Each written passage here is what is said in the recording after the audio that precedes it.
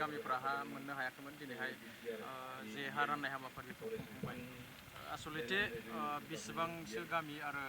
बेसेबां न'खरा हा मोननो हादों कंग्रिंआ जाहैबाय फरेस्ट भिलेज बाहाय मोनबा रेकगनाइज फरेस्ट भिलेज दङ दा फरेस्ट भिलेजखौ खुब सम्भब नैबे खुंग्रिंनिखौ 1962 निफ्राय 1966 नि गेजेराव बानायनाय जादों आं एक्जाक्ट डेटखौ बुंनो रोंनाय नङा एक्जाक्ट सनखौ खिन्थु 62 to 66 नि गेजेराव दा गोलाव सम दासिमाव बेवहाय जायफ्रा लेन्ड टाइटेल मोन्दोंमोन फरेस्ट डिपार्टमेन्टनिफ्राय बिसोरो गोबाङा थैनानै थांबाय नाथाय फिसाफोरनो बेखौ ट्रेन्सफार खालामनानै गालांनाय जायाखै आरो फरेस्ट डिपार्टमेन्टनिफ्राय बेबायदि सार्भे खालामनानै फिसाफोरनो माने बिफानि हाखौ माने माबा होलांनाय खालायना होनाय बे खामानिया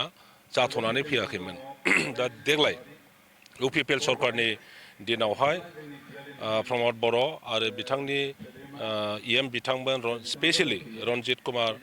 बसुमतारीमोननि नाजानायाव कंग्रिं एरियायाव मोननै खामानि जादों मोनसेया जाहैबाय बिमा बिफानि हाखौ फिसाफोरनो नामजारि खालामनानै होनाय बे खामानियाबो जाबाय लोगोसे